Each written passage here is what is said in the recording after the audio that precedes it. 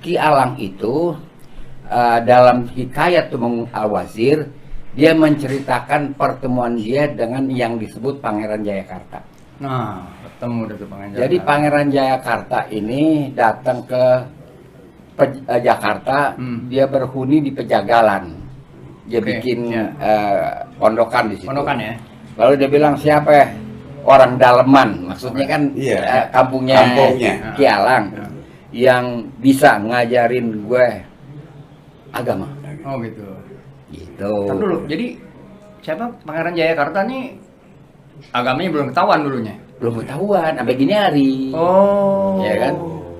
Jadi dia meminta kepada penduduk sekitar, penduduk bawa Ki Alang. Iya.